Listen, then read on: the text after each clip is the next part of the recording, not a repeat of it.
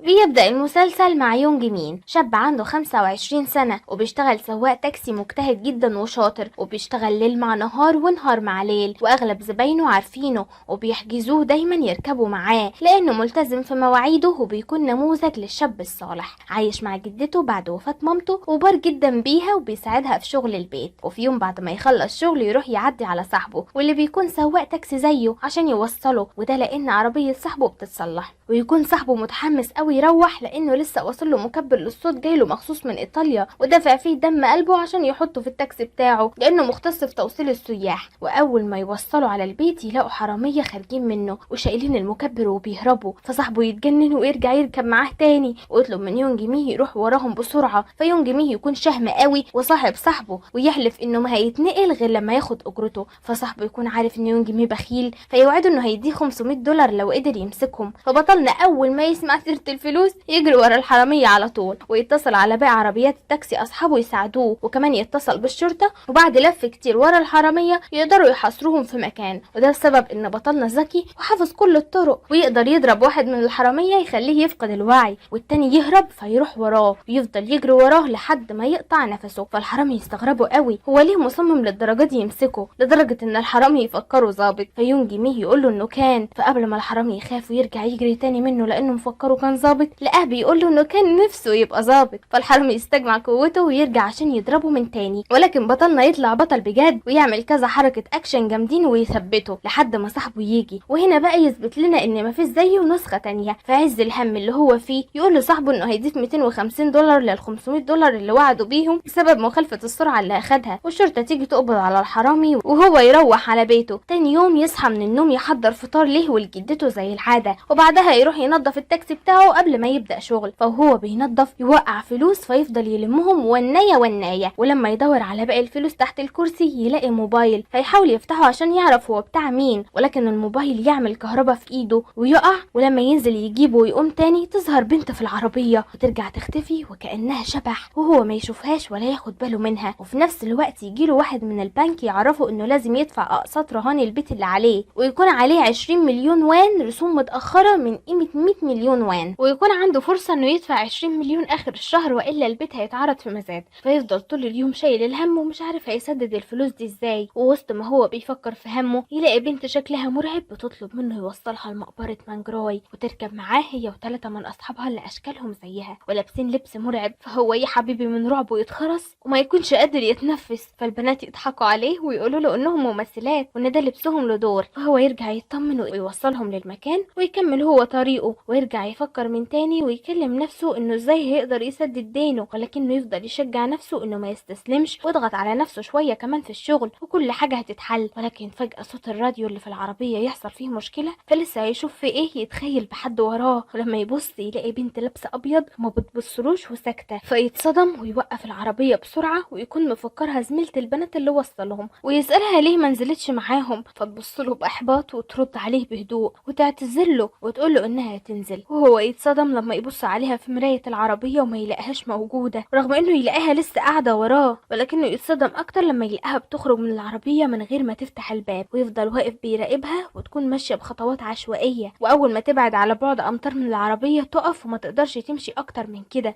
وهو يا حبيبي يكون بيراقبها وهو مرعوب، وفجاه ترجع لعربيته من غير ارادتها وكأن حد هو اللي شدها ليها فيفهم انها شبح. واول ما تبصله هو ينهار من رعبه يا قلبي ويفقد الوعي. فهي تفضل تناديله عشان تفوقه، واول ما تلمسه تلاقي نفسها مش بشريه ومش عارفه تمسكه ولا تمسك اي حاجه، فتفهم انها ماتت وانها حاليا شبح. فتقرر انها تفضل جنب يونج مي لحد ما يفوق عشان تفهم هي مين وازاي هي معاه. ولكنه اول ما يفوق ويلاقيها جنبه يتخض ويفضل يصرخ وهي تصرخ معاه ويجري وهو مرعوب من العربيه فتجري وراها عشان تهديه. ولكنها اول ما توصل لنفس المسافه اللي تقدر تبعدها عن العربيه ترجع تسحبها من تاني، وهو يكون خايف يرجع للعربيه ولكنه يضطر يرجع لها لما يلاقي انه هيتعمل لها غرامه الوقوف مخالف. واول ما يرجع تطلب منه انهم يتكلموا بهدوء وتقول له انها ما تعرفش هي مين او جايه منين، وتساله اذا كان يعرفها فيقول لها لا، فتساله اذا كان وسيط يقدر يشوف الاشباح. لما يقول لها لا برضه تشك انه شايفها لانه هو اللي قتلها، ويكون شكها ده بسبب انها شافت دم على الكراسي. فيوريها فيديو للممثلات اللي كانوا راكبين معاه قبلها وان الدم ده منهم وانه دم مزيف، فتصدقوا انه ملوش ذنب. فيطلب منها انها تخرج من العربيه العربية، فتقول له ان هي كمان عايزة تخرج ولكنها مش قادرة. ولما ما يصدقش تخرج من العربية وتوريه انها كل لما تخرج منها وتبعد ترجع عليها غصب عنها، فهو يصدقها ويصدق كمان انه انسان فقر ومفيش مفر، ويكون ده ميعاد انه يوصل زبون،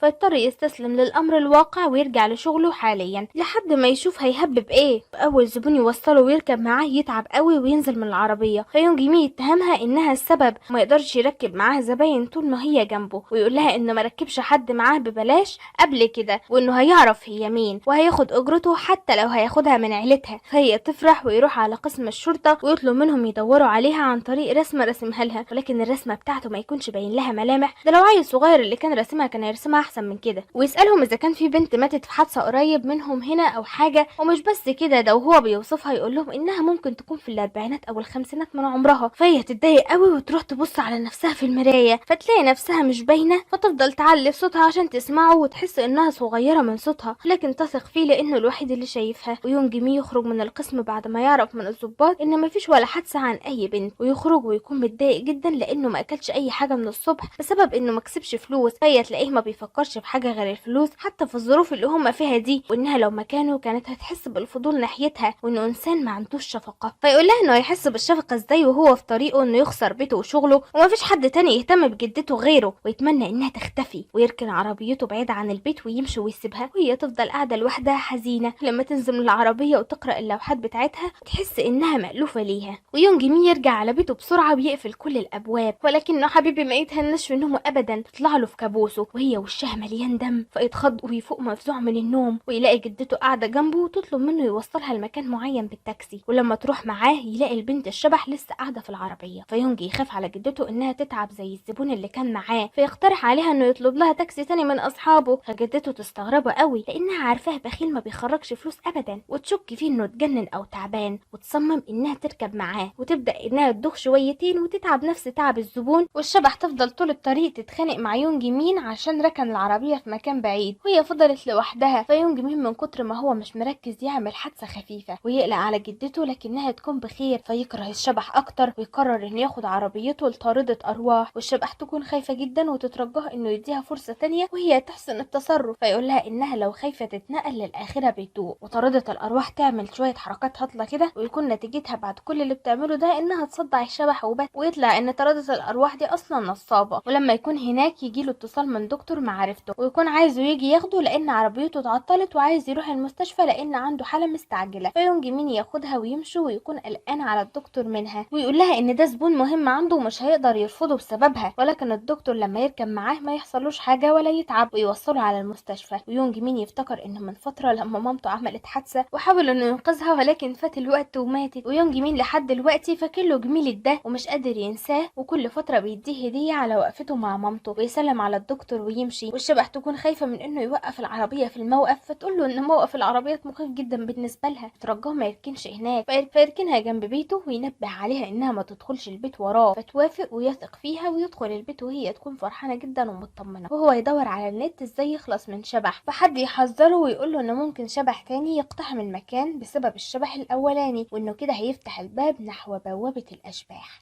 فيترعب لكن يدخل ينام. وتاني يوم يصحى زي العادة يروح شغله ويلاقي زبون بيوقفه، واول ما يونج مين يوقف له الزبون يتصدم ولكنه يفرح قوي لما يلاقي يونج مين بيطلب منه يركب معاه. والمفاجأة هنا ان الزبون ده يطلع شبح هو كمان ويدخل العربية من غير ما يفتح الباب، ويكون مش مصدق نفسه ان اخيرا في حد شافه. ويونج مين يكون هيتجنن لان بكده بقى معاه شبحين بدل واحد، وكمان الشبحين يبدأوا يتخانقوا عليه ويفضلوا ملازمينه طول الوقت وفي كل مكان لحد ما يصدعوه، فيقرر انه يروح يبيع العربية دي ويخلص منها ومن قرفها. فالشبحين يفضلوا يترجوه انه ما يتخلاش عنهم، وهي تكون رافضة الفكرة بالاكتر لان محدش شايفها ولا تعرف حد غيره، وانها ما تعرفش اي حاجة عن نفسها، ولكنه ما يهتمش لكل ده ويسيبهم ويروح للتاجر. وفجأة البنت الشبح واحد يشوفها ويكلمها ويطلع انه شبح هو كمان، ويطلب منها تساعده ويشاور لها على العربية ويقول لها ان دي عربيته، ويحكي لها ان فيها ذهب وانه مات في العربية نتيجة حادث وهو رايح يبيع الذهب عشان يدفع مصاريف مستشفى بنته لانها تعبانة جدا، ويترجاها وتطلب من البشر اللي معاها انه يساعده. فهي على طول تناديله وتقول له انه العربية دي فيها ذهب، فالبطل يفرح ويجري بسرعة يخرجه. ولما يعرف قصة بنت الشبح التعبانة يجري بسرعة، فالبنت الشبح تفكره واطي وهيحتفظ بالذهب لنفسه، لكنه يطلع على المستشفى البنت الشبح ويعطيها الذهب الذهب في ايديها تعطيه لمامتها، فمامة البنت تفرح لانها بكده هتغطي مصاريف بنتها. فالشبح لما يلاقي بنته ومراته فرحانين وقدر يحقق امنيته يشكر البطل ويشكر الشبحين ويرقد في سلام ويختفي. ويطلع ان يونج مين كان بيجري بالذهب قبل ما التاجر يشوفه وياخد الذهب منه، وبنت الشبح التعبانه تروح ليونج مين وتديله خاتم من الخواتم الذهب اللي معاها وتقول له ان باباها قال لها ان الخاتم ده ليه، فيفرح وما يكونش مصدق انه قدر يكسب فلوس من ورا الاشباح، ولكنه يرجع يصر على انه يبيع العربيه. فالبنت الشبح تحاول تقنعه انهم يشغلوا التاكسي بتاعه للاشباح وبس ويعمل لهم مهمات مقابل الفلوس، وهيقدر يسدد ال20 مليون اللي عليه ويساعدها كمان انها تعرف هي مين. والشبح التاني اللي معاهم اللي بنعرف ان اسمه تشول يعرفه هو كمان انه غني جدا لدرجه انه كان في اوضه كبار الشخصيات في المستشفى. فالبطل يفرح قوي وما يصدقش نفسه ويفضل يحلم بالنعيم اللي هو هيعيشه. ومجرد انه ينزل من العربيه الشبح البنت تقول لتشول انها عارفه انه بيكذب. تشول يتحرج قوي ويحكي لها انه عامل بسيط بيشتغل في شركه ووقع ماته وهو بيشتغل، عشان كده تخصص له اوضه كبار الشخصيات في المستشفى عشان ينقذوه فيها. والبطل لما يعرف انه بيكذب عليه وانه مش غني ولا حاجه يتعصب عليهم، فتشول يعتذر له ويقول له انه معاه سبيكه ذهب مخبيها، ويعرفوا انه مات في الشغل بعد شهر من جوازه وانه مش عارف يموت في سلام وهو مش محقق امنيته الوحيده، وامنيته انه نفسه يركب بانيو في بيت لمراته، وانه عاش طول حياته من غير ما يكون عنده بانيو لان سعره غالي عليه. لكن البطل ولا يتاثر ويكون متعصب منهم هما الاتنين ويقول لهم انه هيتشرد هو وجدته اخر الشهر وانتوا جايين تقولوا لي بانيو، ويمشي من غير ما يسال فيه. لكن البنت الشبح تفضل طول اليوم تزن عليه انه يساعده ويحقق له امنيته، وان سبيكه الذهب دي حاجه مش قليله يعني، لكن ولا يعبرها لحد ما يفتكر ذكرياته زمان مع مامته انهم هما كمان كانوا فقراء وكان حلمه بانيو لحد ما مامته قدرت تجيبهوله، ويتزرع في قلبه شويه حنيه حتى ليها لدرجه انه يسيبها تنام عنده جوه في البيت لان الجو بيمطر بره، ده على اساس انها تبرد يعني. وتاني يوم ياخدها ويروح لتشول ويقرر انه ينفذ له امنيته. فالشبحين يفرحوا جدا وتشول يحكي له كل حاجه عن نفسه وعن مراته عشان يونج مين يقدر يقنعها انه كان صاحبه زمان فتسمح له انه يساعدها، ويعرفوا انه اتربى هو ومراته في دار ايتام وانهم بعد ما خرجوا من الدار بعدوا عن بعض فتره، ولكنهم رجعوا اتقابلوا تاني في نفس مكان الشغل وفضلوا يحبوا بعض لمده 10 سنين وبعدها يتجوزوا. ولكن جوازهم فقر، يقعدوا شهر واحد بس ويموت، ويعملوا هما التلاتة خطه سوا عشان يقنعوها. ولما البطل يروح لها يمثل عليها كويس قوي ويقدر يقنعها فعلا، فتدخلوا البيت ويونج من اول ما يدخل يقول لها انه لازم يشوف عقد البيت الاول عشان يتاكد ان مفيش مشاكل هتقابله وهو بيركب البانيو. فتدخل تجيبهوله والشبح البنت تدخل معاها تراقب لهم لحد ما هم يروحوا يجيبوا السبيكه من الاوضه التانية وتشول يوريه مكانها. فالبطل ياخدها عشان يعمل البانيو بجزء من فلوسها والجزء التاني ياخده ليه، ومراته تخرج بالعقد ولسه هيتكلموا في موضوع انه يجي يركب لها البانيو. يجي لها مكالمه من المستشفى اللي جوزها مات فيها ويعرفوها انها تجيلهم عشان هيدوها تعويض لموته. فيونج مين ياخدها يوصلها ويبان عليها انها تعبانه، فيونج مين يفكر انها تعبانه بسبب وجود الشبحين في العربيه فتقول له لا، فجوزها يحس انها مش خايفه لانه جنبها، وهي لما تنزل من العربيه تقع ويبان على جسمها الضعف، فالبطل يسندها ويساعدها في انها تدخل. لكن البنت الشبح ما تقدرش تدخل معاهم بسبب بعد العربيه عن المستشفى. ولما يدخلوا يعرفوا ان شركه جوزها مقدمه لها تعويض كبير بقيمه 300,000 دولار لانه جوزها مات بسببهم. فجوزها يطمن عليها ويفرح لها جدا لانه عارف انها قد ايه عانت في حياتها. لكن يا فرحه ما تمت يلاقوا ست كبيره جايه تجري وهي بتعيط ومحروقه قوي عليه وتقول لهم انها امه، وتشول ما يكونش فاكرها لانها سابته من وهو صغير في الملجأ، ولكن يكون معاها ورق يثبت انها امه فعلا، وتقعد تحكي لها بقى انها ما تخلتش عنه وانها كانت طول الفتره دي مسجونه، وتديها دفاتر لحساب بنكي بقيمه 30,000 دولار باسم تشول، وتقول لها انها كانت بتحرم نفسها من الاكل والشرب عشان تحوش له الفلوس دي عشان تعبر له عن حبها ليه، وانها ما تخلتش عنه بمزاجها. تفضل تعيط وتعتذر لها، ده غير انها تاخدها وتروح تزوره وتاخد له معاها فواكه من ضمنهم فاكهه الكيوي اللي اصلا تشول يطلع عنده حساسيه منها ومش بياكلها من وهو صغير. ومراته لما تقول لمامته كده مامته تصر انه بيحبها، فيونج مين يستغرب انها ازاي ما تعرفش ان ابنها بيحب ايه وبيكره ايه، ويقعدوا يتكلموا سوا. ومرات تشول تحكي لمامته وسط كلامهم ان هي وابنها لسه مسجلوش جوازهم رسمي لانه مات بسرعه، وتعرفها كمان انها مفتقده بشده ومن كتر ما اشتياقها ليه متعب اتخلصت من هدومه وحاجته كلها، ولكنها لسه بتحس انه جنبها. فالوليه مامته تسمع الكلمتين دول من هنا تقوم تجري من جنبها. والمستشفى بعد شويه تكلم مرات تشول ويعرفوها ان ام وجوزها كلمتهم وعرفتهم انها الوحيده الاحق بالتعويض لانها مامته، وتعرفهم ان مرات ابنها مش متجوزه من ابنها بشكل رسمي. فمرات تشول تتصدم يا عيني وتروح تسالها عملت كده ليه، فتقول لها ما انت اللي غلطانه برضه، ما رحتوش تسجلوا جوازكم بدري ليه، وتقول لها ان الظاهر كده ابني كان مقرر يسيب لي هدية اخيرة بعد ما يموت لانه كان حاسس انها بتمر بمشاكل مالية، وتقول لها انها ما تخافش لانها تبقى تفتكرها بمبلغ كده تظبط نفسها بيه. فتشول يتعصب جدا لانه شايف ان مراته احق بالتعويض منها لانها هجرته من وهو صغير، وتطلع ان الست دي اصلا نصابة وانها كانت مع ام تشول الحقيقية في السجن، وعرفت قصتها منها بسبب احساس ام تشول الحقيقية بالذنب. فالست النصابة دي اللي بلا قلب لما خرجت قبلها قررت انها تستغل الفرصة وتنصب على مرات تشول وتأمن حياتها الباقية بمبلغ التأمين.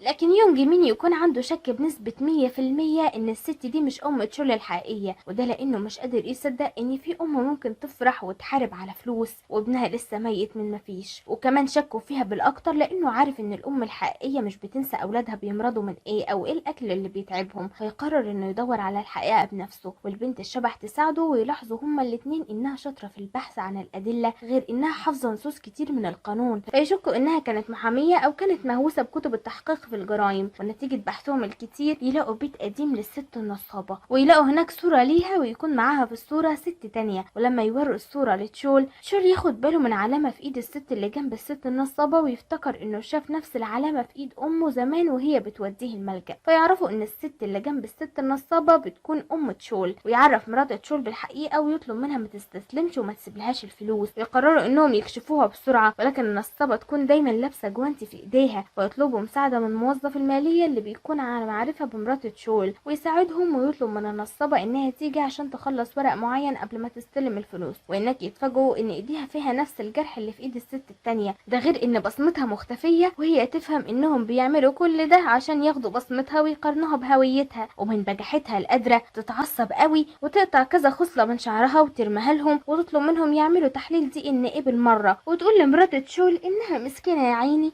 مش هتقدر تعمل كده لانها حرقت جثة جوزها واتخلصت من كل حاجته. فمرات تشول تنهار لانها مش هتقدر تثبت حق جوزها، فتقع يغمى عليها. ولما ينقلوها على المستشفى يكتشفوا انها حامل وكمان في الشهر الثالث، فتتفاجئ لانها ما كانتش متوقعة انها بتخلف لان كان عندها مشاكل في الحمل. والست النصابة لما تعرف بحملها تشكك في الطفل وانه مش ابن تشول وتتهمها ان الطفل ابن يونج مين لانه مش بيفارقها. فمرات تشول تتضايق جدا وتقول لهم انها مش عايزة الفلوس او اي حاجة بما ان ربنا عوضها بالطفل. وتاني يوم يونج مين يقرر انه يروح لها البيت ويغير نفسيتها ويفرحها شويتين ويركب لها البانيو بمساعدة اصحابه سواقين التاكسي. وهناك البنت الشبح تلاقي ورق خاص بتشول ويطلع انه قبل ما يموت كان مسجل على بطاقة حمض نووي في عيادة عشان يستخدمها في انهم يخلفوا. فتنادى على يونج مين توريها له. ولما النصابة تروح تستلم التعويض يونج مين يروح مع تشول ومراته ويوقف التسليم ويكون عمل تحليل دي ان ايه وتطلع انها مش امه فعلا، ويعرفهم ان مراته هي اللي تستحق التعويض. وده بعد ما تقدر تولد الطفل اللي في بطنها وتعمل له تحليل هو كمان وتثبت انه فعلا ابن تشول. ويطلع ان البطل السوسة جمع كل خصل الشعر اللي النصابة قطعتهم من شعرها واستخدمها في التحليل بمقارنته مع الحمض النووي لتشول. ولسه هيتصلوا بالشرطة عشان يقبضوا عليها، تطلع تجري تهرب. ومرات تشول تفرح جدا بالرغم من كده لانها ضمنت انها ترجع حق جوزها. ولما البطل يخرج يجيب العربية عشان يوصلها يحكي للبنت الشبح على كل اللي حصل،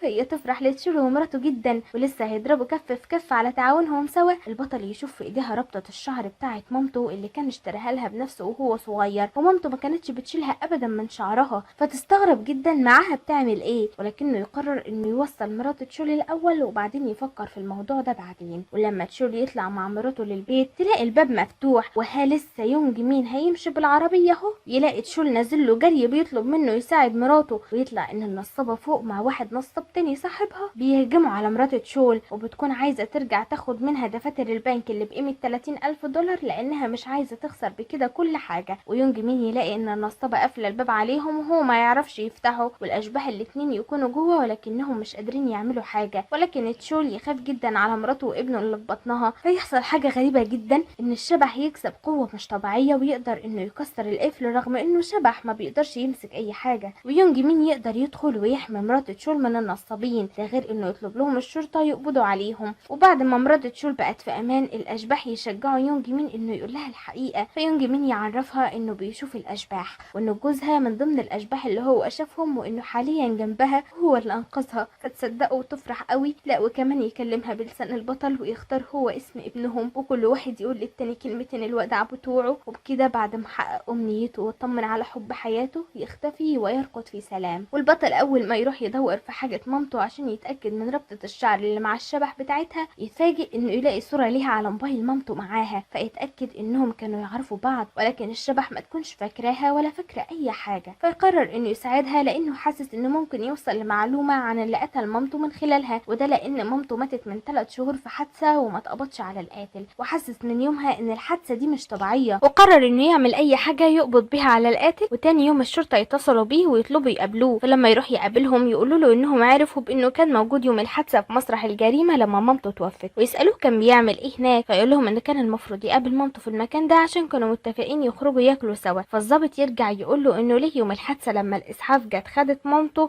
هو راح بعدهم، ولكنه خد وقت طويل في الطريق مع ان المسافة مش طويلة، ويكونوا عايزين يعرفوا هو كان بيعمل ايه في الوقت ده كله، ويكونوا شاكين فيه انه عمل جريمة تانية. فهو يفهم انهم شاكين فيه انه قتل مامته، فيتعصب عليهم جدا، وده لان يومها اخد تاكسي ولكن الطريق كان زحمة، فهو نزل من التاكسي وجرى على رجليه للمستشفى، عشان كده وصل متأخر وملحقش يشوف مامته لانها كانت ماتت وملحقش يودعها. ويقول لهم ان اليوم ده موافق عيد ميلاد مامته، فبدل ما هم جايين الوقت يستجوبوه يروحوا يدوروا على مين اللي قتل مامته، ويسيبهم ويمشي وهو متعصب جدا، ويروح لمكان حفظ رماد مامته وياخد لها معاه ازهارها المفضلة، والبنت الشبح تكون جنبه وتزعل عليه وتفضل تواسيه، وهو كمان ياخد على وجودها جنبه ويبقى لطيف معاها. وبعدين يرجع يلف بالتاكسي، فواحد شارب ومتدهول على عينه يوقفه ويركب معاه وما يتأثرش ولا يتعب من وجود الشبح في العربية، ويكون اصلا الزبون ده غريب، ويطلع انه شايف الشبح البنت اللي معاه. فالبطل يستغرب لانه لما كان لمسه كان بشري عادي، فيستغرب هو ازاي شايفها. فيطلع ان الزبون ده شمان، والشمان هو الشخص اللي بيحضر او يطرد الارواح. ولما يعرف ان البنت الشبح يحذر يونج مين منها، وان وجودها جنبه هيأذيه، وانه لازم يتخلص منها بسرعة لانها هتجيب له الحظ السيء، والزباين مش هيركبوا معاه طول ما هي جنبه. ويعرض عليه انه يخلصوا منها ويخرج تعويذة، ويقول له انه في حاجة معاه هي اللي مخليها تقرب منه بالشكل ده، ولما يحط التعويذة على العربية الشبح تفضل موجودة وما تختفيش. وبكده يفهم ان روحها مش مرتبطة بالعربية، ولما يقرب منها نفسها عشان يخلص منها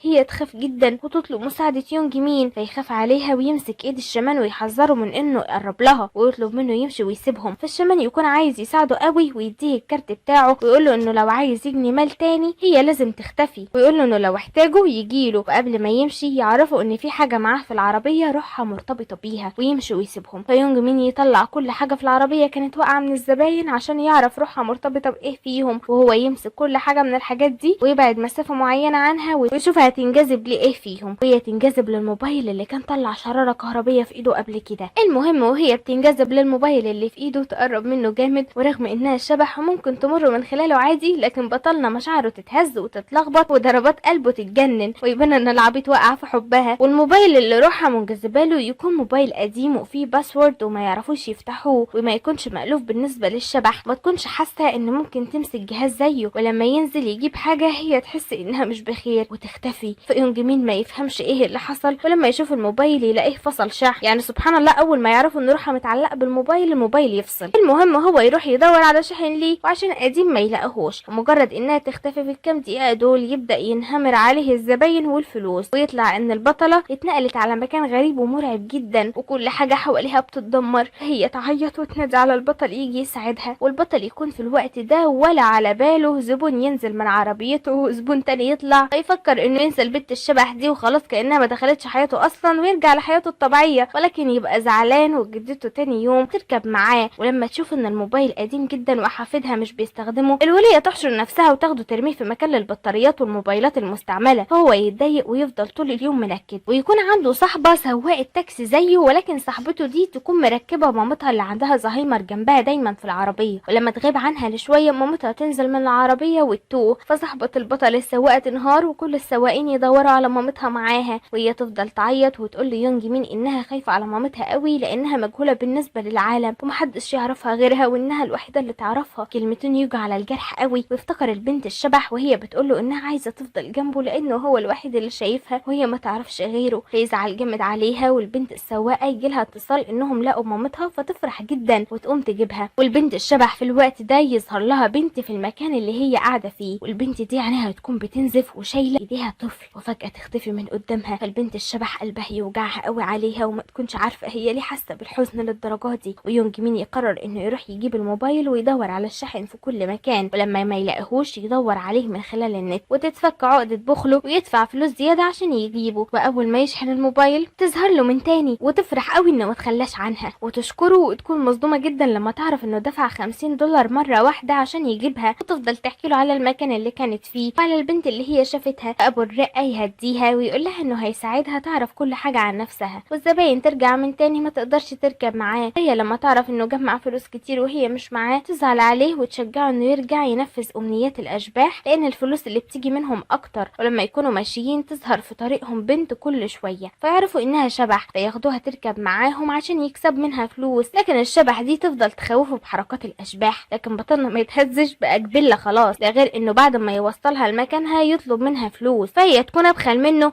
وتقول له انها شبح وما فيش معاها، ولكنها هتساعده بطريقه تانية وتقول له على مكان بيكون فيه اشباح كتير عندهم امنيات عايزين يحققوها، وبكده هيقدر يكسب منهم. هيحب الموضوع قوي ويروح عليه، ويطلع ان في اشباح كتير فعلا، ولكن اغلب الاشباح امنياتهم تكون صعبه انهم يحققوها، لحد ما يظهر بينهم شبح وسيم وطويل كده وكيوت، ويطلع انه عارفها وينادلها باسمها اللي هو جون هيون، بيقول لها انه كان زميلها في الثانوي. فتفرح قوي ان اخيرا عرفت حاجه عنها وان حد عارفها، فتساله اذا كان يعرف حد من اهلها، فيقول لها لا، ولكنه يقول لها ان معاه صوره بتجمعهم من ايام الثانوي، فيروحوا معاها عشان يشوفوها، وياخدهم معاها على الكافيه بتاعه قبل ما يموت، ويخلي يونج مين يخرج الصوره. وهي لما تشوفها تلاقي في الصوره البنت اللي كانت شافتها في المكان الغريب شايله طفل، وتعرف منه انها كانت صاحبتها قوي وما يكونش فاكر اسمها ايه، لان النحنوح ما كانش مركز مع اي حد غيرها هي. وتعرف منه انها مواليد 1993 وانها بكده عندها 30 سنة، ويبان على شبح زميلها انه معجب بيها جدا، والبطل يكون غيران عليها منه وما يكونش طايقه، ولكنه يرجع يطيقه من تاني بعد ما زميلها يوريه مكان الفلوس، تكون فلوس كتير قوي، فالبطل يطير من الفرحة. ولكن زميلها يعرفه انه عنده كذا امنية عايز يحققها مع حبه الاول، ويفاجئ يونج مين انه حبه الاول هي جون هيون. فالبطل عشان الفلوس يجي على نفسه ويوافق يساعده، والبطل ياخدها ويمشي ويسيبه زميلها الشبح حاليا. وجون هيون تعرف ان يونج مين مواليد 1997، فبكده تطلع انها اكبر منه ب4 سنين كاملين، فتطلب منه يكلمها بسخط احترام بعد كده، لكن هو يقول لها مفيش الكلام ده ويرفض، ويروح للشمان اللي كان ركب معاه قبل كده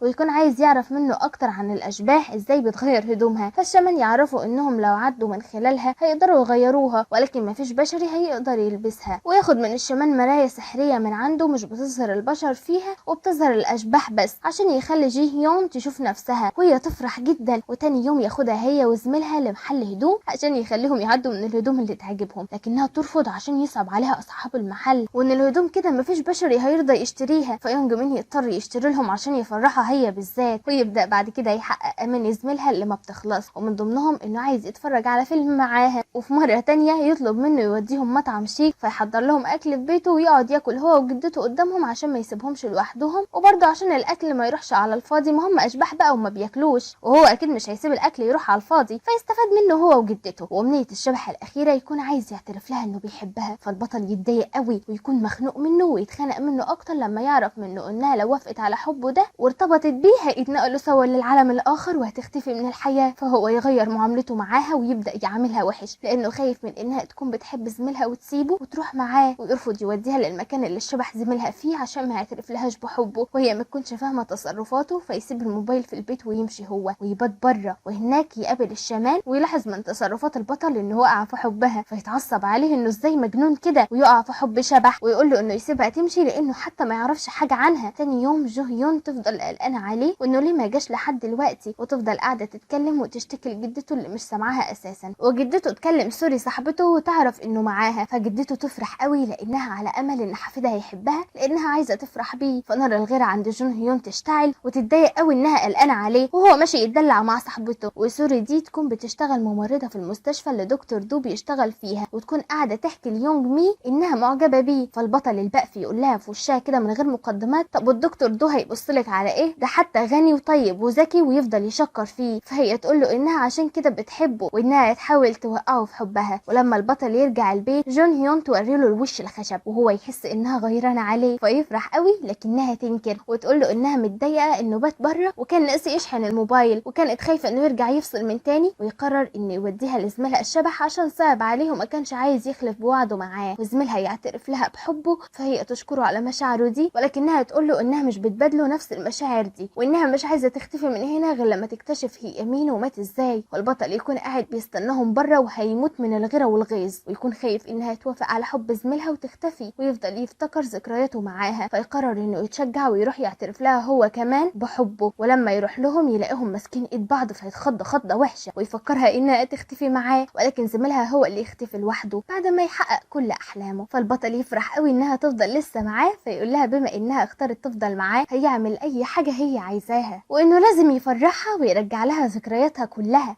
فياخدها للشمان، فهي اول ما تشوفه تخاف وتفكره جايبها ليه علشان يصرفها هو، فتفضل تصرخ لكن تطلع انها فاهمة غلط ويكون جايبها ليه عشان يعمل لها تنويم مغناطيسي يساعدها في انها تفتكر اي حاجة عن حياتها. ولما تنام تفتكر فعلا صاحبتها المقربة اللي كانت قابلتها في المكان الغريب واللي يطلع اسمها مين سو. وجون هيون تفتكر ان صاحبتها كانت حامل وانها كانت بتنقلها هدوم للبيبي هدية، ولكنها تفتكر ذكرى تانية لصاحبتها وهي نايمة ميتة وتكون بتعيط عليها جامد، وتفتكر كمان ذكرى ليها وهي بتضرب شخص كده بيشتغل محقق خاص، وهي لما تفوق تحكي له على اللي هي افتكرته فياخدها ويروحوا المكان المحقق، ولكنهم مش بيلاقوه هناك. وهم خارجين عيل صغير يشوف عربية التاكسي ويكون عارف ان العربية دي بتحقق الامنيات ويجري يدخل العربية ويركب معاهم، ويطلع ان الطفل شايف وسامع جون هيون ويتكلم معاها كمان ويعرفهم انه بيشوف الاشباح، حتى شاف ابوه وامه بعد ما ماتوا، ويكون جاي يطلب منهم امنية بعد ما سمع عنهم من الاشباح، وتكون امنيته انهم يساعدوه في انه يدور على اخته الكبيرة، وان الشرطة ومدرسينها والكل بيقولوا عليها انها هربت من المدرسة، ولكنه مش مصدق لانه عارف اخته كويس وانها لا يمكن تسيبه وان كان عيد ميلاده امبارح وانها عمرها ما نسيت عيد ميلاده. فيروحوا معاه البيت ويلاقوه قاعد مع جدته، ويلاقوا ان الطفل ده هو اللي بيساعد جدته في الطبخ وشغل البيت وبيعمل هو مكانها. وجون هيون تدور على حاجة توصلها ليها، ويقطعهم مكالمة من جدة البطل بتعرفوا فيها ان الديانة جم على البيت وتعرف ان عليهم ديون كتير وتطلب منه انه يجي. فجون هيون ما ترضاش تروح معاه وانها تفضل هي مع الطفل وانه يسيب الموبايل وهي تكمل هنا، فيسمع كلامها ويمشي. وجون هيون تنزل تدور مع الطفل على اخته وتعرف منه انها كانت بتشتغل في سوبر ماركت قريب من صاحبتها، فتاخده على هناك وتخليه يستفسر من صاحب السوبر ماركت عن اخته، ويعرفوا منه انه طرد اخته قبل ما تختفي بيوم، وده لانه عرف انها كانت بتسرق سجاير وكحول. فالطفل ما يصدقش ان اخته تعمل كده، فتخليه يطلب من صاحب المحل رقم صاحبة اخته، فصاحب السوبر ماركت يتصل بيها لكنها ما تردش. وجون هيون تضطر انها تروح تبات مع الطفل في بيته. تاني يوم يونج مي يروح لهم وياخدهم على المدرسة بتاعت يول اخت الطفل وصاحبتها اون، وهناك لما يقابلوا اون يوم مي ياخدها يعزمها على حاجة، ولكن في شلة من البنات كده تروح معاها وما تسيبهاش، وكل ما يوم مي يسألها حاجة عن يول شلة البنات هم اللي يجاوبوه. ولما يوم مي يقول لهم انه سمع بان يول كانت بتطلع الاولى على مدرستها، شلة البنات يقولوا له انها كده زمان ولكن درجاتها قلت الفترة الاخيرة، ويفضلوا يقولوا له حاجات عنها وكأنهم عايزين يسوقوا سمعتها. لكن جون هيون ما تكونش مرتاحه لهم، وفجأة اون تقوم تمشي من المكان، فجون هيون قرر انها تفضل تراقب البنات عن قرب وتروح تقعد معاهم على نفس الترابيزة وتسمعهم وهم بيتكلموا، وتلاقي ان في بنت من الشلة مستقوضاهم وان هي واصحابها بيهددوا اون انها ما تحكيش لحد اللي حصل. وجون هيون تفهم انهم بيهددوها، ويبان ان ميرا البنت قائدة الشلة دي بتهدد بنت تانية شغالة في سوبر ماركت انها تجيب لها سجاير وكحول. فجون هيون تروح تحكي ليونج مي على اللي سمعته منهم، فيستنوا اون تقوم تمشي ويونج مي يروح يكلمها، فتخاف تتكلم او تروح معاه، ولكنها لما تشوف اخو صاحبتها تقرر انها تروح. كل ده وتكون ميرا شايفاهم، والطفل يتكلم مع صاحبة اخته ويقول لها ان جدته تعبانة من يوم ما اخته اختفت، ويونج مي يطمنها انها تتكلم وما تخافش، فهي ضميرها يكون مأنبها قوي على حاجة هي عملتها ولسه هتتكلم. تلاقي مكالمة من ميرا تهددها وتخليها تبعت يونج مي على مكان معين، وهناك يجيله مجموعة شباب يكونوا عايزين يضربوه، فجون هيون تترجاه يهرب لكن يرفض ويواجههم، وهو فعلا يضربهم ولكن يتكتروا عليه. وفجأة الموبايل اللي روح جون هيونج مربوطة بيه يقع من جيبه، فيونج مي بيخاف عليه جدا. فواد من شلة الشباب يلاحظ خوفه على الموبايل، ولما يروح يكسره يونج مي يحميه بسرعة وياخد الخبطة في ايده. وصاحبة البنت تكون هناك وشايفاهم وهم بيضربوه، فتجري توقف عربية بسرعة تطلب مساعدة الاشخاص اللي فيها. ويونج مي يطلع محظوظ اخيرا، ويطلع ان اللي في العربية الضباط اللي ماسكين قضية قتل مامته، ويحموا يونج مي من شلة الشباب وياخدوهم كلهم على الاسم. وهو يروح على المستشفى يعالج ايده، والدكتور دو وصاحبته هم اللي يهتموا بيه. وتاني يوم يقرروا انهم يعملوا اعلانات يكتبوا فيها اسم وصورة البنت المختفية عشان يوزعوها على الناس، عشان يوسعوا دايرة البحث عنها، والسواقين اصحابه يساعدوه. وفي نفس الوقت يجيله مكالمة من اخو البنت بيعرفوا ان الشرطة اتصلت بيهم وعرفتهم انهم لقوا حاجات البنت المختفية عند النهر، ويلاقوا في موبايلها رسالة ليهم بتقول فيها انها تنتحر. لما تشوف الرسالة تحس ان في حاجة غلط، وده لان يول بتمضي تحت كل رسالة هي بتكتبها، وده اللي جو يون لاحظته من كتابتها للرسائل اللي موجودة في بيتها. ويشكوا ان في حد عايز يبين انها انتحرت عشان يخفي جريمته. وأون تفتكر انها في مرة وهي بتشتغل في السوبر ماركت يول اكتشفت ان في سجاير وكحول مختفيين من المحل، وعرفت ان أون هي اللي سرقاهم عشان تديهم لميرا، وتكون حاسة ان صاحبتها مجبورة انها تعمل كده فتقف جنبها. ويقطع تفكير أون اتصال اخو صاحبتها الصغير ويعرفها برسالة الانتحار اللي لقوها، فتروح لميرا وهي متعصبة وتضربها على تنمرها للناس وتمشي. بعدها تروح ليون مي وتحكي له على الحاجة اللي هي مخبياها، وتقول لهم ان في مرة ميرا اخدتها هي وشلتها للغابة عشان يتنمروا عليها، فيول جت وراهم وحمتها. فميرا تكون اصلا بتغير من يول فتخبطها ويضربوا بعض، ويول وقعت من مكان عالي ودماغها اتخبطت في صخرة ونزفت، ولما جسوا نبضها لقاها ماتت. فميرا فضلت تداريها بالعشب وهددت الكل بان اللي هيعترف عليها هتكون اخرته زي يول. وأون تعرف يونج مي مكان الغابة فيروحوا عشان يجيبوها، ويكون عندهم امل ان يول لسه عايشة لانها لو ماتت فعلا كان هيشوف الشبح بتاعها. وهم بيدوروا يونج مي يكون هيقع من مكان عالي، فيحصل حاجة غريبة جدا وجون هيون تمسكه، فيستغربوا قوي ازاي ده حصل. وفجأة يسمعوا صوت وجو هيون تقدر انها تلاقي البنت، ويون مي ينزل عشان يطمن عليها اذا كانت عايشة او لا، ويلاقيها انها لسه بتتنفس فيشيلها بسرعة ويروح بيها على المستشفى اللي فيها دكتور دو. ودكتور دو يحاول بكل الطرق انه ينقذها، ولكن نبضها يقف ويخرج الشبح بتاعها ويطلع لاخوها ويونج مي وجون هيون، وتفضل تعيط وتعتذر لاخوها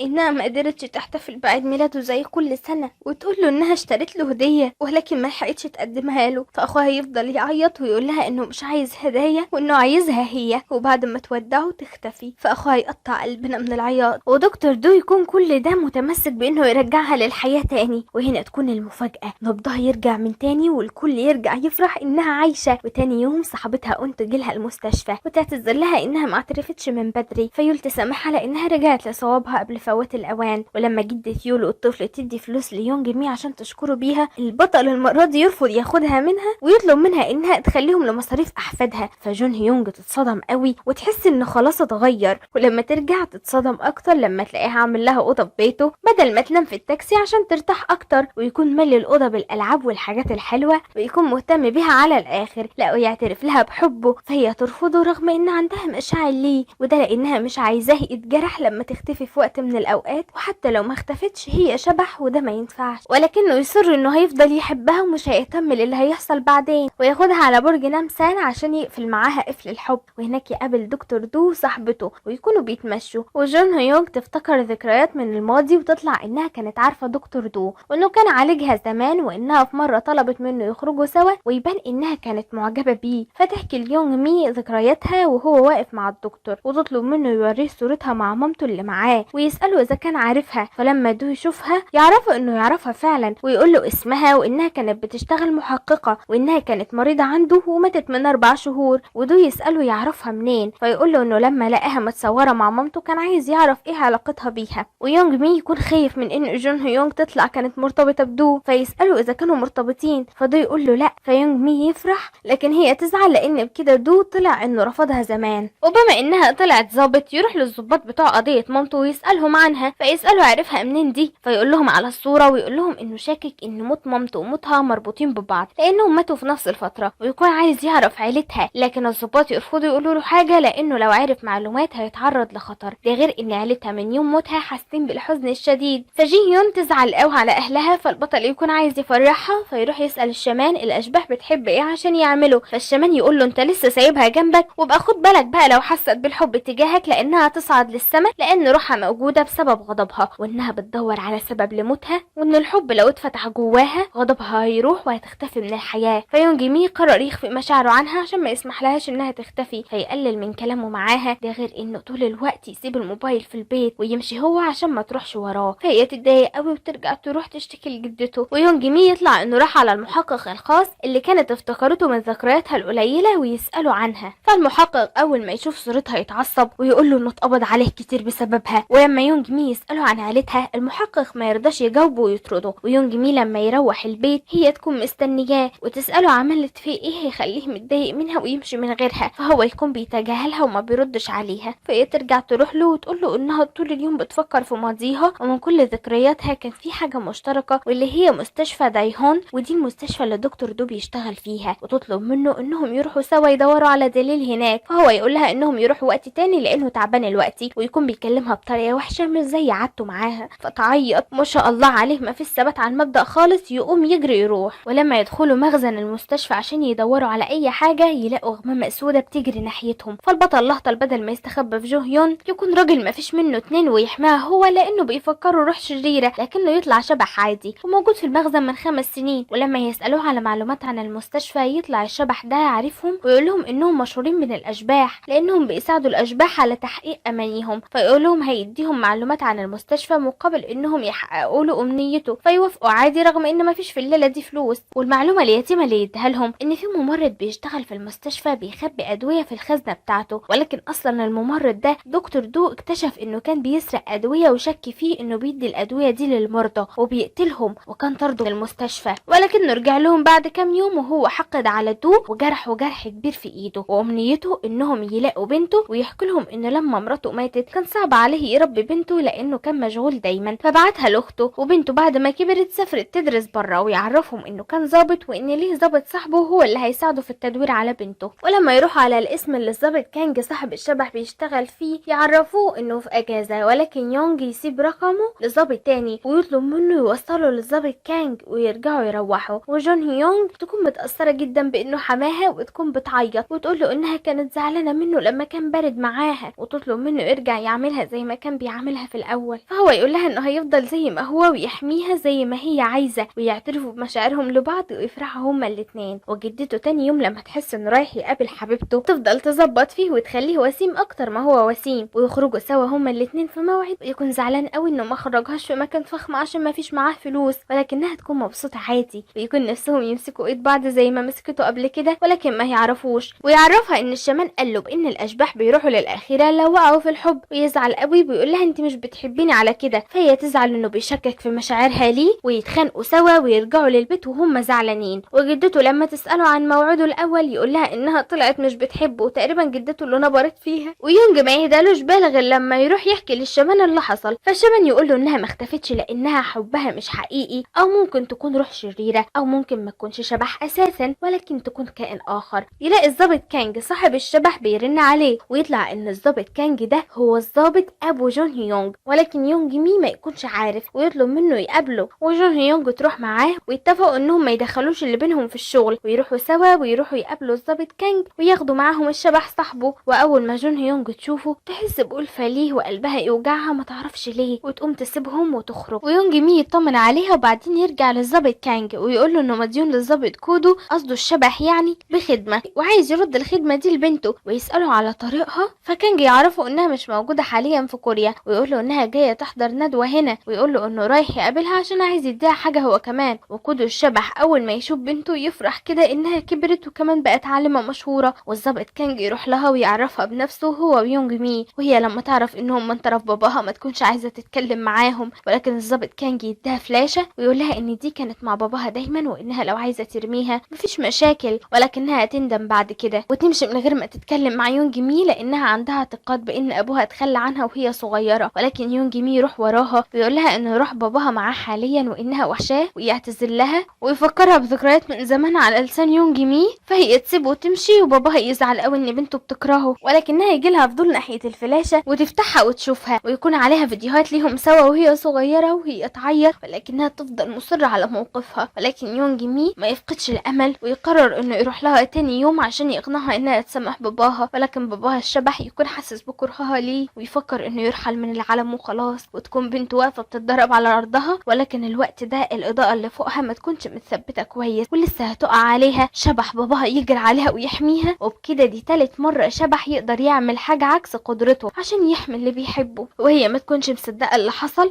وتفهم ان باباها هو اللي حماها. وتاني يوم تكلم يونج مي وتروح تقابله في مكان حفظ الرماد بتاع باباها، وهناك تسأل يونج مي اذا كان شبح باباها موجود معاها. فلما يقول لها اتكلم معاه وتقول له انها كرهته بسبب تخليها عنها زمان، ولكنها فهمت دلوقتي بوجوده ان تفكيرها كان غلط وانها مشتاقه له ومسامحاه، وتطلب منه انه يرتاح في سلام. فابوها يودعها ويمشي وهي تفضل تعيط وكلهم يكونوا متأثرين قوي. وبعد ما يخلصوا من امنية الشبح يقرروا انهم يرجعوا تاني للمستشفى عشان عايزين يدوروا في خزانة الممرض اللي كان بيسرق الادوية، ودكتور دو طرده ويطلب مساعدة سوري صاحبته، وهي توافق وتساعده فعلا، ولكنها ما تلاقيش في خزانته حاجة ويطلب منها عنوانه، ويكون على الجنب التاني دكتور دو قاعد في مكان فاضي بيشرب، والممرضة كيم اللي بتشتغل معاه تيجي تقعد معاه، ويبان انهم قريبين جدا من بعض، ويفتكروا ذكريات معرفتهم ببعض، وان زمان جد دو كان رجل شديد وكان دايما بيضربه بعنف لان دو كان طفل شقي وكان بيضرب اصحابه لاسباب تافهه. وفي يوم كيم جت كممرضه لجده وهي اللي حمت دو منه، ده غير انها هددت جده انها هتبلغ الشرطه عليه لو اذاه تاني، واخدته عالجته وكانت زعلانه جدا عليه، وقررت من يومها تحميه حتى لو وهو بيحبها جدا دونا عن اي حد في الحياه. ولما البطل يروح على عنوان الممرض مع جون هيونغ يتفاجئ هناك بشبح بنت، ولكن وشها يكون ملوش ملامح فتخضهم، ولكن ترجع تظهر ملامحها تاني وهي اللي تدخلهم لبيت الممرض، ويلاقوا جثتها هناك وهي تعرفهم انها حبيبته. ولما يبصوا ببيت الممرض يلاقوا صور لناس كتير جدا بتعيط في جنازة حد من عيلتهم، ويكون موجود صورة يونج مين وجون هيونغ من ضمن الصور، وما فهموش الصور دي بتعمل ايه هنا. ويبان على الجنب التاني الضابط جانج وهو رايح على مكان بعيد في مستشفى خاصة، ويطلع ان جون هيونج الانسانة في المستشفى دي وانها مش ميتة ولا حاجة ولكنها في غيبوبة، ويترجاها انها تفوق بقى. ونرجع ليونج مي وجون هيونغ وتدخل عليهم الشبح حبيبة الممرض وتستغرب هي كمان لما تشوف الصور. فيونج مي يكون شاكك ان الممرض قاتل سايكو بيموت اهالي الناس اللي في الصور، وبعدين يجمع صورهم وهم متأثرين عشان يتلذذ بجرحهم، ويكونوا شاكين ان هو اللي قاتلها هي كمان، ولكن حبيبته تدافع عنه وتقول لهم انها اول مرة تشوف الصور دي هنا. ويونج مي قرر انه يبلغ الشرطة وهم يتصرفوا. ولما يخرج من الشقة الممرضة كيم تشوفه وتسأله بيعمل ايه هنا، ولما تلاقي شقة الممرض مفتوحة تدخل وتتفاجئ بجثة البنت الشبح، فتتصل بالبوليس يجوا يقبضوا عليه، وهي تكون زعلانة عليه لان كل اللي حصل له ده بسببها، واصحابه يجوا يطمنوه ولكنه يقول لهم ان اللي فيه ده هو سوء تفاهم وبس، وهم يكونوا واثقين فيه انه لا يمكن يأذي حد، ويفكر معاهم انهم يكذبوا على جدته كذبة بيضة كده عشان يطمنها عليه، ويقولوا لها انه بيوصل حد مهم لمدينة تانية بالتاكسي بتاعه وهي تصدق. ولما الشرطة تبدأ تحقق مع البطل جون هيونغ تساعده وتعرفه يقول وهو يقول لهم انه راح للبيت بتاع الممرض لانه شك فيه بانه السبب في موت مامته، وانه ممكن يكون اداها دواء يقتلها بيه بدل ما يعالجها، ويقول لهم ان السبب شكه انه سمع ان الممرض هجم على المستشفى بسكينة، وجون هيون تطمنه ان مفيش معاهم ادلة وانهم هيخرجوه، وفعلا الضباط يقعدوه دقايق ويقولوا عشان يخرجوه، وده لان الطب الشرعي ان الضحية ماتت من اسبوع فات وانهم ما لقوش ليه اي بصمات على الحقنة اللي ماتت بيها. ولما يخرجوا من القسم يونج مي ياخد باله من صورة جون هيون متعلقة وهي لابسة لبس الشرطة، ويتفاجئ ان صورة الضابط كانج جنبها، وجون هيون تفتكر ايام ما كانت بتاخد الصورة دي معاه وتفتكر ان ابوها، فتتصدم وتعيط جامد. وبعد ما تهدى تطلب من يونج مي انه ما يعرفش باباها انها بقت شبح هائم في العالم عشان ما يزعلش عليها، ويروح له البيت وتفضل تقعد تبص على الصور لحد ما ابوها يحضر له حاجة يشربها، ولكن ما تفتكرش حاجة. ويونج مي يعرف باباها انه ابن سواقة التاكسي اللي ماتت في نفس يوم موت بنته، وانه بيحقق في قضية موت مامته، وانه بيعتقد ان القضيتين ليهم علاقة ببعض، عشان كده جه يشوفه عشان يعرف ازاي بنته ماتت. فابوها يقول له انه ما عندوش ثقة فيه وما يرضاش يقول له انه بنته لسه عايشة، ولكن يقول له انه يسيبه يفكر وهيكلمه تاني. ويونج مين يقرر تاني يوم انه يرجع يدور على الممرض، ولكنه يكون زعلان لانه لو لقاه الجاني بكده امنيتها هتتحقق وهتختفي، ولكنه هيساعدها برضه عشان يفرح. ولما يروحوا يقابلوا الشبح حبيبة الممرض ترجع تقول لهم ان حبيبها مش القاتل، وان حالات كتير من المرضى ماتت في المستشفى وده كان بيتعبه جدا وبيأثر عليه، ويقرروا انهم يدوروا عليه عشان يعرفوا منه اي معلومات وتاخدهم على مكان كانت بتسهر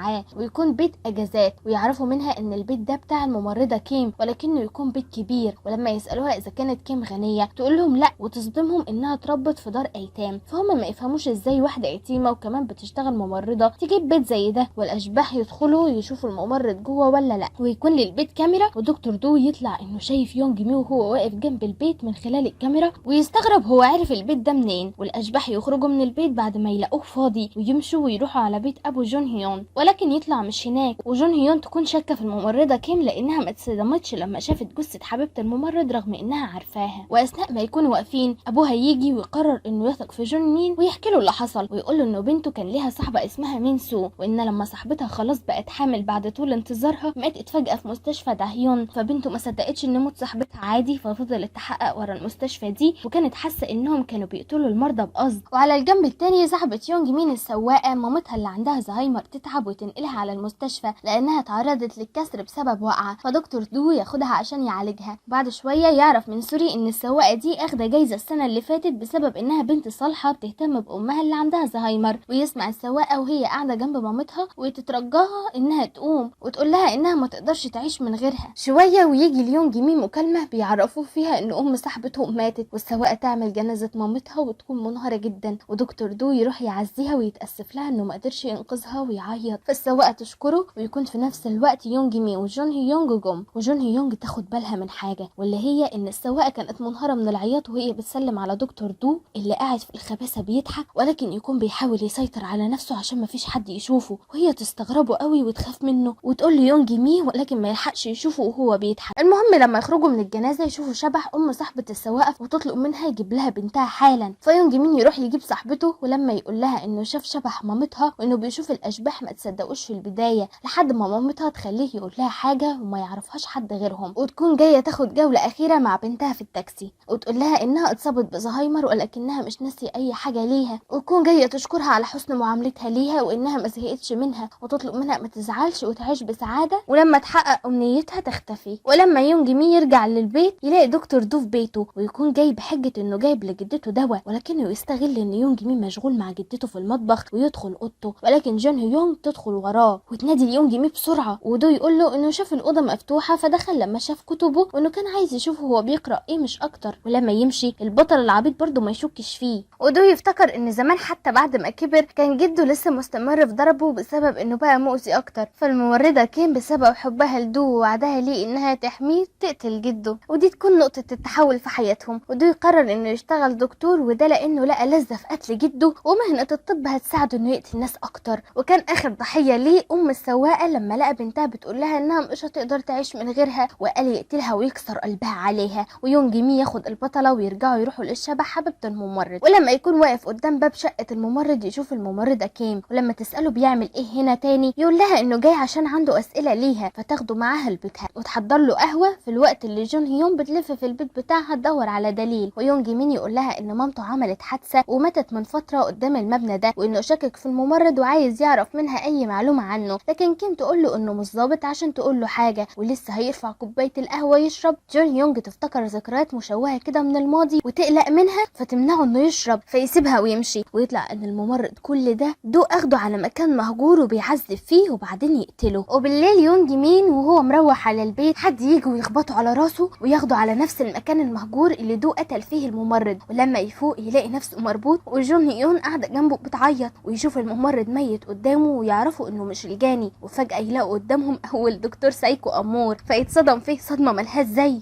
وابن المجنونه يفضل يضحك بهستيريا ويقول له انت ازاي غبي كده، وما عرفش ان هو اللي قتل مامته وكان قاعد كل ده بيتفرج عليه وشايفه وهو حاسس انه مديون ليه. ونرجع بالزمن لورا 3 شهور لما كانت مامة البطل بتوصل جون هيون مشوار، وجون هيون كانت محتاجه ربطه لشعرها تلمه بيها، فمامته ادتها التوكه بتاعتها، ولما دخلت للمكان اللي راحه له قابلت الممرضه كيم وكانت شاكه فيها انها ورا جرايم القتل، وبعدها راحت معاها بيتها على اساس انها تشرب معاها حاجه، ولكنها كانت اخداها حجه عشان تفتش تفتش البيت وتدور على اي دليل، ولكن دو يطلع لها ويحقنها بحقنة مخدرة، ولكن جون هيون تبعده عنها وهو زي المجنون يفضل يصورها وهي دايخة وضعيفة، فهي تقوم تضربه وتاخد الموبايل منه وتجري، وتكون مامة يونج مي مستنيها بره عشان توصلها، وتكون بتكلم ابنها عشان كانوا محددين ميعاد يتقابلوا فيه في مطعم بعد ما تخلص شغل، لانه زعلان منها ان حياتها شغل وبس. ولما تشوف جون هيون جاي عليها وهي دايخة توقف كلام مع ابنها بسرعة، واول ما تشوف دو تساعد جون هيون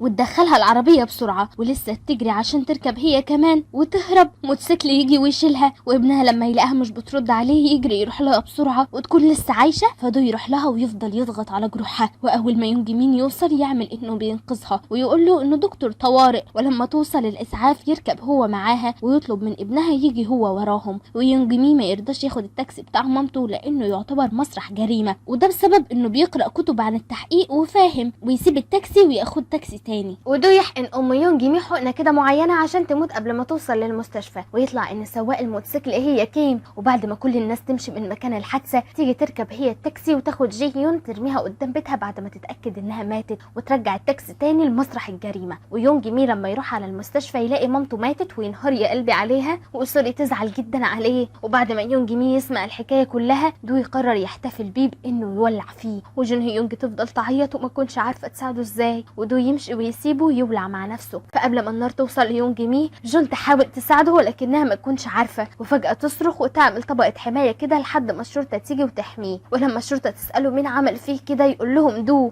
هتقولوا لي والشرطة عرفت منين؟ هقول لكم لان يونج مي كان حاسس انه في خطر، فقبلها ربط جهازه بجهاز الضابط كانج عشان يعرفه موقعه لو غاب، وفي نفس الوقت يعرف هو كمان مكانه ويحموا بعض. ولما يونج مي وجون هيونج يرجعوا البيت جون هيونج تكون بتعيط جامد وحاسه بالذنب لان مامته ماتت بسببها، وكمان هو بيتأذى حاليا، وتحبس نفسها في الاوضه وما تكونش قادره تتكلم معاه، فهو يزعل عليها ويفضل يقول لها ان ده مش غلطها، وانه كمان كان غلطان لانه زعق لمامته وكان زعلان منها قبل ما تموت، ولكن يرجع يقول لها انهم هما الاثنين ضحايا، وان المجرم الحقيقي دو وانهم لازم يثبتوا عليه التهم. وتاني يوم يتقبض على دو ولكنه يكون هادي جدا لانه عارف ان مفيش دليل عليه، ويخرج فعلا لعدم اكتفاء الادله، فيكون قدامهم الموبايل اللي روح جون هيون مربوطه بيه، ويقرروا انهم يفتحوه لان دو كان بيصور عليه ضحايا قبل ما تموت عشان يتلذذ، ولكن لما يودوه لواحد عشان يفتحه جون هيونج تكون هتختفي، ويقرروا انهم يتراجعوا تاني، ودو يكون هيتجنن ما يفهمش ازاي يونج ميما مات، فيقرر انه يراقبه ويحط له كاميرا صغيره في التاكسي بتاعه، فيلاقيه بيتكلم دايما مع حد مش موجود ويسمعه وهو بيقول جون هيونج، ويكون بيشحن الموبايل في التاكسي ويقول لها ان ده طوق نجاتها الوحيد، فدو ما يفهمش بالظبط ايه اللي بيحصل، والشبح حبيبه الممرض ما تكونش اختفت وترجع تطلع تاني ليونج مي وجون هيونج، وامنيتها انها عايزه تقابل حبيبها، فيونج مي ياخدها للمكان اللي دو قتلوا فيه، والممرض يكون هناك ويتفاجئ ان حبيبته ماتت وبقت شبح هي كمان، ويلاقيها مش عارفه مين اللي قتلها، فيقول لهم ان الوحيده اللي عارفه رقم بيته هي الممرضه كيم، ولما يعرف ان هي ودو قص البلاوي يتاكد ان هي اللي قتلت حبيبته عشان يلبسوا له الجرايم، وفجاه يتحول لروح شريره ويكون عايز ينتقم منهم، لكن حبيبته توقفه وتقول له انها عايزه تروح معاه للاخره في سلام، ويونج مي يوعده انه هينتقم له منهم وانه يختفي معاها، فيصدقوا ويختفي فعلا معاها، ودكتور دو فجاه يختفي، فهم عشان يلاقوه يروحوا الكيم ويوروها الموبايل اللي عليه الادله عن دو، ويقول لها انه هيوري الموبايل للشرطه بكره لو دو ما ظهرش، فكن تتعصب جدا منه وتقول له انها مش هتسيبه ابدا يقرب منه، فيونج مي يقول لها مالك يا حاجه دو بيستخدمك آلة لانه عايز يشبع رغبته المجنونه من القتل، فهي تضحك قوي وتقول له بثقه انت ما تعرفش انا وهو بالنسبه لبعض ايه، فيونج مي يمشي ويسيبها، وهي بعدها تخرج زي المجنون عشان تروح لدو وتحذره، ويكون طبعا ده فخ ليها، ويونج مي يروح وراها وتعرفهم المكان، وهي تدخل له وتحذره وتطلب منه يهرب بسرعه، لكنه يرفض ويطلب منها انها تجيب له الموبايل وهو هيتصرف، فتخرج من عنده ويونج مي يستناها لما تمشي ويدخل هو لدو، فابو السيكبه يفرح ويقول له انا بعت اجيب الموبايل منك اتاري انت جايبه بنفسك، ويمسك حديده ويضربه بيها ويفضل يضرب فيه لحد ما الموبايل يقع منه والبطاريه تخرج منه، فجون هيونج تختفي، فيونج مي ياخدها بسرعه ويحط البطاريه، لكن دو يرجع يضربه وياخد منه الموبايل، والموبايل يعمل شراره في ايده ويتفتح وترجع جون هيونج تظهر، والمره دي دو هو كمان يشوفها وتجري على يونج مي وهي بتعيط وخايفه عليه، ويفهم ان حياتها مرتبطه مرتبطة بالموبايل ويكلمها، ولما يجي يضربها ما يعرفش فيفرح قوي لان متعة جديدة جات له. ولما يونج مي يفوق دو يحس انه بيحبها فيضحك عليه لانه بيحب شبح، ويهدده انه يرمي الموبايل في النار. فيونج مي يتجنن ويفضل يصرخ ويترجى انه ما يعملش كده، لدرجة انه يرجع له يتوسل ليه وانه هيعمل له اي حاجة. فدو يقول له انه عايز يساعده قوي، ولكن بيعشق البصة اللي بتكون في عيون الناس لما يخسروا حد بيحبوه، ويرمي الموبايل في النار. فيونج مي يقوم زي المجنون ويمد ايده في النار عشان يجيبه وهو بيعيط، لكن يتحرق جامد وما يقدرش، والموبايل ينفجر قدامه وهو يبص لها وهي بتختفي ويفضل يعيط. ودو ابن المجنونه يكون فرحان قوي بالمنظر المؤثر ده. وعلى الجنب التاني ضربات قلب جون هيون الانسانه تزيد، ويونج مي يفضل يصرخ ويعيط على بعدها. ودو يستغل حزنه وعياطه ده ولسه هيضربه بحديد عشان يموته. البوليس يهجموا على المكان ويقبضوا عليه، ويونج مي يتنقل على المستشفى بسبب حروق ايده. ولما الضابط كانجي يروح يطمن عليه، يونج مي قرر يحكي له انه روح بنته كانت معاه، ويحكي له كل حاجه لحد الموبايل اللي اتحرق، ويفضل يعيط قدامه. فالراجل يحس انه محل ثقه وانه بيحب بنته، فياخده معاه للمستشفى اللي هي فيها. فيرجع يفرح قوي لانه لقاها على هيئه انسانه، ويروح لها كل يوم يهتم بيها ويفضل قاعد معاها، ويكون فرحان انه اخيرا بيلمسها. لحد ما في يوم هي تفوق